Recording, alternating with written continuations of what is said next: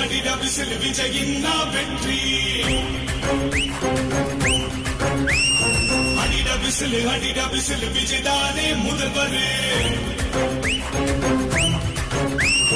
விஜய் விஜய் விஜய் விஜய் விஜய் விஜய் விஜய் என்று சொன்னாலே ஒரு சக்தி பிறக்குது தன்னாலே அலையலையா கூட்டம் முன்னாலே வெற்றி முழக்கமிட்டு விஜய் பாராரே